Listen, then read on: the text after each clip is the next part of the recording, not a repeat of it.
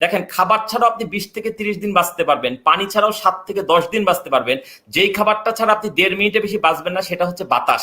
কি কি নিয়ম, একেবারে বেসিক নিয়ম পালন করলে একটা মানুষের এইগুলো থেকে মানে প্রতিরোধ ক্ষমতা এবং একই সঙ্গে এ ধরনের শারীরিক অসুবিধা থেকে ভালো থাকতে পারে? আচ্ছা, খুব সিম্পল ভাবে বোঝার চেষ্টা করি। মানুষ কিসের তৈরি? মানুষ মূলত দুইটা উপাদান দিয়ে তৈরি। মৌলিক উপাদান যদি বলি, মাটি আর পানি। মানব দেহ 3 প্রকার খাদ্য গ্রহণ করে: শক্ত খাবার, তরল খাবার এবং বায়বীয় খাবার। আমরা যে প্রতিদিন ভাত, রুটি, শাক, সবজি, মাছ, মাংস খাই, এটাকে আমরা মনে করি এটা না খেলে বোধহয় আমরা বাঁচবো না। কিন্তু গবেষণা করে দেখা গেছে এই জাতীয় শক্ত খাবার না খেয়েও একজন মানুষকে 20 থেকে সর্বোচ্চ 30 দিন পর্যন্ত বাঁচিয়ে রাখা সম্ভব। তাহলে খাবারটা গুরুত্বপূর্ণ, খাবার ছাড়া মানুষ বাঁচবে না, কিন্তু সেটা ছাড়াও 30 দিন সময় আপনার হাতে আছে, মেয়াদ আছে। মানে না খেলে আপনি 30 দিন পর্যন্ত বা ন্যূনতম 20 দিন বাঁচবেন। কিন্তু যে জিনিসটা ছাড়া আপনি 7 থেকে 10 দিন বাঁচবেন না সেটা হচ্ছে পানি। এবং মজার ব্যাপার হচ্ছে, মানব দেহ, আমরা বলি মানুষ মাটির তৈরি, ঠিক আছে, কিন্তু মাটির পরিমাণ মাত্র 28 ভাগ, আর বাকি 72 ভাগ হচ্ছে পানি। সত্যিকার অর্থে মানব দেহ থেকে যদি পানি বের করে নেওয়া হয়, তাহলে আমি আপনি একটা ছোট্ট, মানে কি বলবো, স্তূপ ছাড়া কিচ্ছু হবো না। আমাদের পুরা শরীরের 72 ভাগই হচ্ছে পানি। আমাদের হাড় সবচেয়ে শক্তিশালী অংশ, সেটারও 40 ভাগ পানি। আমাদের মগজ, তার 80 ভাগই পানি। রক্ত তো পানি, মাংস তো পানি আছেই। সো কেউ যদি শুধু পানি খাওয়ার নিয়ম ফলো করে, অর্থাৎ কেউ যদি সঠিক নিয়মে পানি পান করে, তাহলে তার 72 ভাগ রোগ নিরাময় হবে। কেন? কারণ হচ্ছে পানির দিয়ে তার 72 ভাগ তৈরি। তো পানিটাই যদি সে ঠিক করতে পারে, তার 72 ভাগ রোগ নিরাময় হবে। তৃতীয় যেটা গুরুত্বপূর্ণ সেটা হচ্ছে, দেখেন, খাবার ছাড়াও আপনি 20 থেকে 30 দিন বাঁচতে পারবেন, পানি ছাড়াও 7 থেকে 10 দিন বাঁচতে পারবেন। যেই খাবারটা ছাড়া আপনি 1.5 মিনিটে বেশি বাঁচবেন না সেটা হচ্ছে বাতাস বা শ্বাস প্রশ্বাস। মানব শিশু যখন পৃথিবীতে আসে, মায়ের বুক থেকে ভূমিষ্ঠ হয়, প্রথমে কিন্তু তাকে যে খাবারটা দেওয়া হয় সেটা হচ্ছে বাতাস। মায়ের পেট থেকে শিশুকে বের করার পর ডাক্তার সাহেব প্রথমে যে কাজটা করে, শিশুর পিঠে বাড়ি মেরে, থাবড় মেরে তার শ্বাস প্রশ্বাস চালু করে দেওয়া হয়। এই তার জীবনের শুরু। জীবনের শুরু কিন্তু মায়ের পেট থেকে বের করার পর প্রথমে ভাত, রুটি, গোস্ত খাওয়ানো হয় না, প্রথমে কিন্তু পানি খাওয়ানো হয় না, প্রথমে বাতাস খাওয়ানো হয়। বাতাস দিয়ে শুরু। আবার যখন সেই মানুষটা পরিণত হয়ে মৃত্যুর দিকে যায়, আজকাল তো স্বাভাবিক মৃত্যু চলেই গেছে বা উঠেই গেছে, তারপরে যদি আপনি আমরা যদি চিন্তা করি, আপনার আমার পুরো দাদি নানি যারা 80-90 বছর বয়সে মারা গেছে, আপনি খেয়াল করলে দেখবেন তাদের এক পর্যায়ে প্রথমে তাদের মুখে খাওয়া বন্ধ হয়ে যায়, মানে শক্ত খাবার খাওয়া তারা ভুলে যায় বা পারে না। তারপরেও তাকে পানি বা লিকুইড খাই কয়েকদিন বাঁচিয়ে রাখা যায়। তারপর যেদিন শ্বাসটা যায়, তখন তাকে মৃত ঘোষণা করা হয়। তাহলে মানব দেহ পৃথিবীতে শ্বাস দিয়ে শুরু, শ্বাস দিয়ে শেষ। আমরা যদি শুধু শ্বাসের ব্যায়ামটা করি, যেটার জন্য দেখেন, খাবারকে মানুষ ব্যবসায়িক উপাদানে পরিণত করে ফেলেছে। খাদ্যের উপরে বেচা কেনা, মানে আমি ইচ্ছা করলে খাবার পাচ্ছি না, কিনে খেতে হচ্ছে। পানিকেও মানুষ ব্যবসায়িক উপাদান করেছে, কিন্তু বাতাসটা এখনো ব্যবসায়িক উপাদান হয়নি এবং সম্ভব না। হ্যাঁ, বাতাস নিয়েও ব্যবসা হচ্ছে আইসিইউতে, কিন্তু নর্মালি যদি আপনি চিন্তা করেন, আমরা কিন্তু যেটা নিয়ে বেঁচে আছি সার্বক্ষণিক, যেটা, সেটা হচ্ছে বাতাস, এবং সেটা কিন্তু আমরা এমনি নিতে পারছি। সো আমাদের প্রত্যেকটা মানুষের উচিত যে আমাদের বাতাস নেওয়াটাকে পরিপূর্ণভাবে নেওয়া।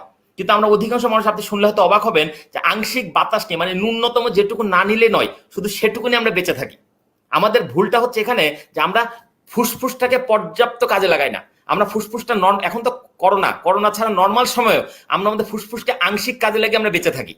কিন্তু কোনো মানুষ যদি তার ফুসফুসকে পরিপূর্ণ ব্যবহার করতে পারে, তাহলে সে কখনোই রোগাক্রান্ত হবে না, অসুস্থ হবে না। কারণ ফুসফুসকে ব্যবহার করা বলতে পর্যাপ্ত অক্সিজেন টানতে হবে, এবং অক্সিজেন টানলে তার ভেতরে শরীরের প্রত্যেকটা কোষে কোষে অক্সিজেন পৌঁছে যাবে। যখন একটা মানুষের শরীরে অক্সিজেন পৌঁছে যায়, তখন তার সেখানে মানে আর কোনো সমস্যা থাকতে পারে না। কোষের খাদ্য কিন্তু কোনো ভাত, রুটি, গোস্ত না, পানি না, তার খাদ্য কিন্তু এই বাতাস, অক্সিজেন। সো তাকে বাতাস দিতে হবে। আপনি হয়তো এরকম শুনে থাকবেন, ইদানিং করোনা যে সকল মানুষজন আক্রান্ত হচ্ছে এবং পরে সুস্থ হচ্ছে, দীর্ঘদিন তাদের দুর্বলতা কাটতেছে না, বা তারা বলছে আমরা এখনো দুর্বল ফিল করছি, বা কারো ঘিটে ব্যথা শুরু হয়েছে। এর কারণ কি জানেন? যখন তারা করোনায় মানে সিভিয়ার পর্যায়ে চলে গেছিল, মারাত্মক আক্রান্ত ছিল, তখন সে পর্যাপ্ত শ্বাস নিতে পারে নাই, অর্থাৎ মিনিমাম অক্সিজেন পেয়েছে। এই কারণে শরীরের ভেতরে ভেতরে অনেক কোষ পর্যন্ত অক্সিজেন পৌঁছায় নাই। অ্যাজ এ রেজাল্ট ওই কোষগুলো ওই জায়গায় মারা গেছে। অর্থাৎ আপনার হাড়ের মধ্যে বিভিন্ন জায়গায়, এটা কোনো মানে বিভিন্ন জায়গার কোষগুলো মরে রয়েছে। এই কারণে আপনি দুর্বল ফিল, মানে আপনি মিন্স যারা করোনা পার হয়ে গেছে তাদের কথা বলছি, তখন তারা দুর্বল ফিল করছে।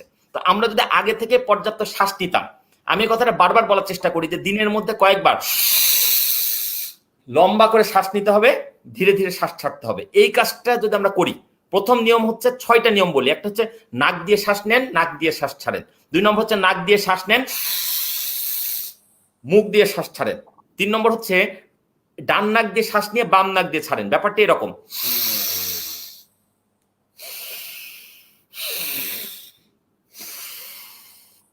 তারপরে আমরা যদি এই ব্যায়ামগুলো কয়েকবার করতে পারি দিনের মধ্যে যে কোনো সময়, তাহলে আমাদের ভেতরে পর্যাপ্ত অক্সিজেন পৌঁছে যাবে। এবং অক্সিজেনের আধার যদি আপনি নিজের বডিটাকে বানাতে পারেন, আপনার খাবারে যদি ঘাটতি থাকে, পানিতে যদি ঘাটতি থাকে, তারপর আপনি রোগাক্রান্ত হবেন না। প্রথম কাজ, পর্যাপ্ত অক্সিজেন ঢুকাতে হবে। দ্বিতীয় কাজ হচ্ছে পর্যাপ্ত পানি পান করতে হবে। পানি পান করার একটা বেসিক নিয়ম আছে, যেটা আমরা অনেকেই ভুলতে বসেছি। সেটা হচ্ছে কোনো অবস্থাতে দাঁড়িয়ে পানি পান করা যাবে না। আমরা অনেকে মনে করি এটা বোধহয় কোনো ধর্মীয় পয়েন্ট অফ ভিউতে, না, এটা সায়েন্টিফিক অনেক ব্যাখ্যা আছে। আমি এটার উপর একটা বই লেখার কাজ করছি এই মুহূর্তে। আমার বইটার নাম জল চিকিৎসা। মানে আমি একটা বইয়ের শুধু দেখানোর চেষ্টা করব বিভিন্ন বিশেষজ্ঞের কথা দিয়ে, উদ্ধৃতি দিয়ে, যে কিভাবে শুধু পানি দিয়ে মানুষকে সুস্থ রাখা সম্ভব। পানি দিয়ে মানে পানির সঠিক নিয়ম ফলো করে খাওয়া, পানির গোসল, পানির অজু, সবকিছুর সায়েন্টিফিক নিয়ম যদি আমরা ফলো করি, করোনা আপনাকে ধরতে পারবে না। আমি একটা কথা প্রায় ফেসবুকে বলার চেষ্টা করি যে সবসময় অজুর উপরে থাকুন। আমি এই কথাটা কেন বলছি, আপনার অনেকে ভাবতে হবে যে আমি ওদের খুব ধর্মীয় পয়েন্ট অফ ভিউ থেকে কথাটা বলছি। হ্যাঁ, আমি অবশ্যই একজন প্র্যাকটিসিং মুসলিম, বাট আমি আসলে এটা ধর্মীয় পয়েন্ট অফ ভিউ থেকে না, আমি এটা সায়েন্টিফিকলি ব্যাখ্যা দিতে পারি। যে ডাক্তাররা বলছে আপনার গলার ভেতরটা যেন শুকনা থাকে, আপনার বারবার হাত ধুয়ে নেন। আপনি যদি অজু অবস্থায় থাকেন, তাহলে কিন্তু আপনার ওই কাজটাই বিকল্পভাবে হয়ে যাচ্ছে, আপনার বাইরের রোগ জীবাণু মুক্ত হয়ে যায়। দেখেন আমাদের শরীরের প্রান্তভাগ, মানুষের ভিতরে ঢোকার কিছু রাস্তা আছে, মুখ, নাক, কান, এই জিনিসগুলো, চোখ, এগুলা দিয়ে ভেতরে জীবাণু ঢুকতে পারে এবং ভালো জিনিস ঢুকতে পারে। আমরা এই জিনিসগুলোকে যদি অজুর মাধ্যমে বা সবসময় ধোয়ার মধ্যে রাখি, তাহলে আমরা এমনি সুস্থ থাকতে পারবো। আমরা যদি পর্যাপ্ত পানি পান করি, পর্যাপ্ত পানি পান করতে হবে বস। মানে প্রস্রাবের কালার কোনো অবস্থাতেই হালকা হলুদ হতে দেওয়া যাবে না, এই পরিমাণ পানি পান করতে হবে। আপনি পানি কম, একজন মানুষ পানি কম করলে তার প্রস্রাবের রং আস্তে আস্তে হলুদ হয়ে যাবে, এবং বুঝতে হবে যে তার কিডনি তখন ক্ষতিগ্রস্ত হচ্ছে।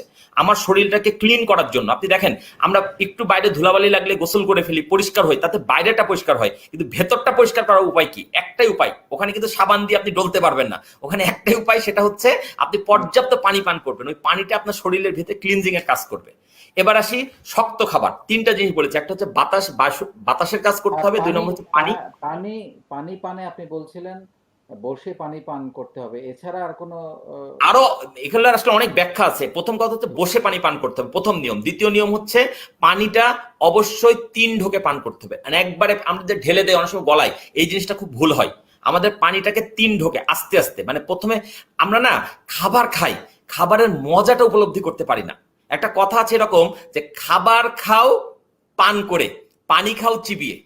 পানি খাও চিবিয়ে বলতে বোঝান পানি আবার চিবাও কি করে? এটা তো তরল খাবার। ব্যাপারটা হচ্ছে পানিটা মুখে নাও, কিছুক্ষণ মুখে নিয়ে করে মুখের লালাগুলা পানির সাথে মেশাও, তারপরে আস্তে করে গেলো, এবং পানিটা যখন ভেতরে যাচ্ছে তখন আপনি একটা অনুভব করেন, আপনি ফিলিংসটা নেন যে আমি একটা ভালো জিনিস ভিতরে ঢুকাচ্ছি। আসলে মানুষের মন মানুষকে সুস্থ রাখতে পারে। আপনি যদি মানসিকভাবে চিন্তা করেন যে আমি পানি খাচ্ছি, মানে আমার শরীরটাকে আমি সুস্থ রাখার পদ্ধতির দিকে আগাচ্ছি, এই পানি আপনার জন্য সর্বোচ্চ সকল রোগের মহৌষধ হতে পারে ইনশাল্লাহ। তৃতীয় যেটা কথা, সেটা হচ্ছে যে সম্ভব হলে পানিটা 2 হাতে খাবেন। 2 হাতে খাওয়ার কারণ হচ্ছে আমাদের 2 পাশে 2টা কিডনি আছে। যদি আমরা 2টা কিডনিকে সমান ভালোবাসতে চাই, তাহলে আমাদের 2 হাতে পানি পান করা উচিত। অ্যাটলিস্ট ডান হাতে যেন আমরা পানিটা পান করি, আস্তে আস্তে পানি পান করা। আরেকটা কথা হচ্ছে খাবারের মাঝখানে কখনো পানি খাওয়া যাবে না। আপনি একটু খেয়াল করলে দেখবেন পৃথিবীতে কোনো প্রাণী, মানুষ ছাড়া কোনো প্রাণী শক্ত খাবার এবং পানি একসাথে খায় না। বাঘ যখন হরিণ শিকার করে, হরিণের গোস্ত খায়, কিছুক্ষণ পরে নদীর ঘাটে গিয়ে পানি খায়। ইভেন আপনার বাসার পোষা মুরগি, কবুতরকে যদি আপনি কিছু একটা পাত্রে শক্ত খাবার, ভাত, চাল, গম, আরেকটা পাত্রে পানি দেন, দেখবেন সে যখন ভাত খাচ্ছে তখন ভাতটাই খাচ্ছে, পানিতে মুখ দিচ্ছে না। আমরা মানুষই একমাত্র প্রাণী যে খাবার নিয়ে আর পানি নিয়ে বসে, এবং পানিটা খাবারের মধ্যে মধ্যে খেতে খেতে ওই খাবারটাকে হজম করার রসগুলাকে পাতলা করে ফেলে। এজ এ রেজাল্ট খাবারটা তার ভেতরে গিয়ে ঠিক মতো হজম হচ্ছে না, এবং প্রত্যেকটা মানুষ পেটের পিটায় ভুগছে। একে তো মানুষ উল্টাপাল্টা খাচ্ছে, 2 হচ্ছে যেটুকু খাচ্ছে সেটাকে হজম করার শক্তি হারিয়ে ফেলছে। তাহলে আপনি যদি একটা গাড়ি কিনেছেন, একটা গাড়ি আপনার চলার কথা অকটেনে, আপনি অকটেনে চালাতে গিয়ে আপনি ডিজেলে যদি চালানোর চেষ্টা করেন, চলবে? তা আমাদের বডিটা এরকম হয়ে গেছে, আমরা যাতে চলার কথা, যে খাবারটা না খেলে শরীরে ভালো হতো সেই খাবারগুলো আমরা খাচ্ছি। আমাদের চিনি বর্জন করার সময় এসেছে। আমাদের এখন হচ্ছে আপনার বিশেষ করে করোনার টাইমে ধূমপান বর্জন করার সময় এসেছে। কোনো অবস্থাতেই আসলে আমরা কিছু ভুল সিদ্ধান্ত নিচ্ছি। আমরা ধূমপানকেও অব্যাহত রাখছি, আবার করোনার বিপক্ষেও কাজ করছি। আমি পরিষ্কার ভাষায় বলতে চাই ভাই, যদি করোনা মোকাবেলা করতে হয়, মাস্ক পরা, সামাজিক দূরত্ব রক্ষা করার চাইতে ধূমপান বন্ধ করা, কোমল পানীয় ত্যাগ করা, চিনি খাওয়া ছেড়ে দেওয়া, আলগা তেল মানে বেশি তেল দিয়ে রান্না করা খাবার ছেড়ে দেওয়া, এগুলো যদি আমরা করতে পারি অনেক বেশি কার্যকর হবে, অনেক বেশি কার্যকর হবে। আমরা সিম্পল ব্যাপারগুলো বুঝতেছি না। আমরা মানে খরচ, এখন অনেকের আয় রোজগার কমে গেছে, আমি বলি এরপরও আতঙ্কিত হওয়ার কোনো কারণ নাই, কারণ আপনার যদি সুস্থ নিয়মে খান তাহলে আপনার খাওয়া খরচ এমনি 1/3 নেমে আসবে। পৃথিবীতে কোনো প্রাণী ভরপেট থাকা অবস্থা আবার খায় না, মানে ক্ষুধা না লাগা পর্যন্ত খায় না। আর মানুষের কাজ হচ্ছে দিনেও খায় রাতেও খায়। আপনি আরেকটা দেখেন, প্রকৃতিতে যারা দিনের বেলা খায় সূর্যোদয় থেকে সূর্যাস্ত, তারা কিন্তু সন্ধ্যার পরে খাদ্য গ্রহণ করে না। আর যারা রাতের নিশাচর প্রাণী, তারা রাতে খায় দিনের বেলা খায় না। আমরা এমন এক মানুষ সর্বভোগ প্রাণীতে পরিণত হয়েছে, দিনেও খাই রাতেও খাই। আমাদের একটা কথা আছে এরকম, সকালে খাও রাজার মতো, দুপুরে খাও প্রজার মতো, রাতে খাও ভিখারির মতো। মানে সকালবেলা বেশি খাও যেহেতু তুমি সারাদিন কাজ করবা, দুপুরবেলা একটু কম খাও, রাতের বেলা খাওয়ার পর তার কোনো কাজ নাই, ক্যালোরি বার্ন করার কোনো জায়গা নাই, আমাকে ঘুমাতে হবে, বিশ্রাম নিতে হবে, অতএব আমাকে কম খাওয়া উচিত। আর আমরা কি করি দেখেন, সকালে অনেকে নাস্তা খাই না, কাজে বেরিয়ে যায়, দুপুরবেলা বাইরে ভাজা পোড়া মেরে দেই, রাতে বাসায় ফিরে ভর পেট খেয়ে ঘুমাতে যাই। এটা তো স্ট্রোক হওয়ার, হার্ট অ্যাটাক হওয়ার বড় কারণ। আমাদের যে রোগ বালাই হচ্ছে, দুঃখিত, আমাদের এই রোগ বালাইয়ের কারণ কিন্তু আমরা নিজেরাই। ডাক্তারের কাছে গিয়ে মানে আমরা রোগ বাধায় গিয়ে বলছি ডাক্তার সাহেব বাঁচান, ডাক্তার সাহেব কি করবে, ওষুধ দিতে পারে। কিন্তু আমি বলতে চাচ্ছি যদি নিজের নিয়ম নিজে ফলো করতে পারি তাহলে আমাদের ওষুধের কাছে যাওয়াই লাগবে না, ডাক্তারের কাছে যাওয়াই লাগবে না। পৃথিবীতে এখন যে মেডিকেল সায়েন্স, যেটা ছাড়া আমাদের আমি চলছে না। আমি আমি এখানে একটা তথ্য দিতে চাই, যেটা আপনি জি আমাকে বলেছেন, যে আপনি এবং আপনার পরিবারের সবাই গত জি, বেশ কয়েক বছর ডাক্তারের কাছেই নাকি যান না। আমি 3 বছরে আমার পরিবারে কোনো ওষুধ ঢোকে নাই। আচ্ছা, গত 3 বছর যাবত আমার একটু যদি একটা বলেন। টাকা ওষুধ বাবদ ব্যয় হয় নাই, বিশ্বাস মানে করেন আর না করেন। একটাই একটু কারণ, আমার পরিবার এখন চিনি খাওয়া বন্ধ, আমার পরিবারে তেল খাওয়া কমিয়েছি, আমার পরিবার আমি টাটকা শাকসবজি খাই, আমার পরিবারে আমি যথাসম্ভব মানে আমার ছোট ছোট বাচ্চা আছে 3 কন্যা, তারা জানে যে বাসায় কোল্ড ড্রিঙ্কস চলবে না, বাসায় আইসক্রিম খাওয়া যাবে না, বাসায় মানে কি মানে কোনো জায়গায় খাওয়া যাবে না, চকলেট খাওয়া যাবে না। এবং এটা তাদেরকে অভ্যাসে পরিণত করেছে, তাদেরকে আমি কাউন্সিলিং করে বুঝিয়েছি যে তুমি এগুলা মুখের যেটা মজা লাগে, একটা কথা আছে এরকম, মুখে যে খাবারটি বেশি মজা লাগে সেটি কম করে খান, কারণ মুখে যেটা মজা লাগে সেটা শরীরের জন্য ক্ষতিকর। এখন অনেক মানুষ আছে যারা মানে করোনাকে ভয় পাচ্ছে কিন্তু প্রাকৃতিক নিয়ম ফলো করছে না, তারা টুডে অর টুমোরো কিন্তু ভুগবেই ভাই, এটা কষ্ট পেলেও এই কথাটা সত্য। করোনা এমন একটা প্রবলেম বা এমন একটা ফ্লু যেটা প্রত্যেকটা মানুষকে ছুঁয়ে যাবে, প্রত্যেকটা মানুষকে টাচ করবে। এখন সেই টাচ করার পরে আপনি সুস্থ হয়ে ফিরবেন নাকি আপনি পৃথিবী থেকে বিদায় নেবেন সেটা নির্ভর করছে করোনার উপরে না, আপনার ভেতরের সুস্থতা, আপনার ভিতরে ইমিউন সিস্টেম ঠিক আছে কিনা, রোগ প্রতিরোধ ক্ষমতা ঠিক আছে কিনা। এখনো সময় আছে, আমরা যদি প্রতিদিন নিয়ম করে একটু মধু খাই, একটু কালো জিরা খাই, একটু আদা খাই, একটু 1 কোয়া রসুন খাই, আমরা একটু কাঁচা হলুদ খাই, তাহলে আমরা মানে শরীরের ভেতরে থাকা জীবাণুগুলোকে বের করে ফেলতে পারবো। আমাদের ভিতরে অনেক দূষিত পদার্থ থাকে, এগুলোকে ডিটক্সিফিকেশন করে ফেলতে পারবো। যদি কারো মানে কিছু না পারেন, আমি আপনাকে 3 দিনের একটা ফর্মুলা বলতে চাই। 3 দিন, প্রথম দিন সকাল থেকে রাত পর্যন্ত শুধুমাত্র লেবু পানি খেয়ে থাকবেন, মানে যতবার ইচ্ছা যত ইচ্ছা, কোনো শক্ত খাবার খাওয়া যাবে না, শুধু লেবুর রস দিয়ে পানি, হালকা কুসুম গরম পানি, চাইলে সাথে একটু মধু মিশিয়ে প্রথম 24 ঘন্টা পার করবেন। দ্বিতীয় 24 ঘন্টা আপনি যে কোনো টক ফল, যত ইচ্ছা টক ফলের রস করে খাবেন। আর তৃতীয় 24 ঘন্টা আপনি টক ফলগুলোই চিবিয়ে চিবিয়ে খাবেন। এই এই 72 ঘন্টার একটা ফর্মুলা ফলো করলে আপনার ভেতরে থাকা যাবতীয় দূষিত পদার্থ, রোগ জীবাণু সব বেরিয়ে যাবে। আমি গত 4 মাস আমার দেশের বাড়িতে ছিলাম, আমাদের 3 তলা বাড়ি, আমাদের বাড়ির 1তলা 2তলা ভাড়া দেওয়া, আমরা 3 তলায় থাকি। 1তলা সবাই করোনা আক্রান্ত, 2তলায় সবাই করোনা আক্রান্ত। আমরা কিন্তু দিব্যি, পরিবারে 11 জন মেম্বার, আমার বাবা মা ভাই বোন আত্মীয় স্বজন মিলে আমরা কিন্তু দিব্যি সুস্থ। আমি ক্রেডিট নিচ্ছি এই কারণে যে আমার এই প্রাকৃতিক নিয়ম ফলো করা হচ্ছে আমার বাসাতে। আমি মানে এখন পর্যন্ত আমি বিশ্বাস করি যে হয় আমার করোনা হয়নি, অথবা হয়েও আমি টের পাওয়ার আগে সেটা ভালো হয়ে গেছে। এটা একমাত্র সম্ভব হয়েছে কারণ আমি প্রাকৃতিক নিয়ম ফলো করে এসেছি। যদি করোনাকে ভয় পাওয়ার কোনো কারণ নাই, যদি কিনা আপনার ভেতরের ইমিউন সিস্টেম ঠিক থাকে। যদি ঠিক নাও থাকে, এই আজকে থেকে আপনি শুরু করেন যে না আমি নিজেকে চেঞ্জ করবো, আমার লাইফস্টাইল চেঞ্জ করবো, আমার খাওয়া ঠিক করবো, আমার ঘুম ঠিক করবো, ডেফিনেটলি আপনি মানে করোনাকে করোনা না, পৃথিবীর যে কোনো রোগ বালাইকে মোকাবেলা করতে পারবেন। কিছু ভয়াবহ তথ্য যদি আমি শেয়ার করি, বাংলাদেশে এখন গড়ে প্রত্যেক দিন 2 থেকে 2.5 কোটি লোক কোনো না হাসপাতালে, কোনো ক্লিনিকে দৌড়াদৌড়ি করছে চিকিৎসার জন্য। হয়তো করোনা কারণ একটু কম আছে, কিন্তু আলটিমেটলি এই রোগগুলা রোগাক্রান্ত মানুষ। এত রোগাক্রান্ত হচ্ছে কেন মানুষ? আগে তো এত রোগ বালাই ছিল না। আগে বছর 10-20 আগে আমি দেখেছি রোগ হলে ডাক্তারকে খবর দিলে ডাক্তার কাকু বাসায় এসে চিকিৎসা করতেন। আপনি পুরোনো দিনে বাংলা সিনেমা এটা দেখতে পাবেন। আর এখন ডাক্তারের চেম্বারের সামনে সন্ধ্যা থেকে লাইন লাগে, মাঝরাত পর্যন্ত ডাক্তার রুগী দেখে, তারপর রুগী ফুরাচ্ছে না।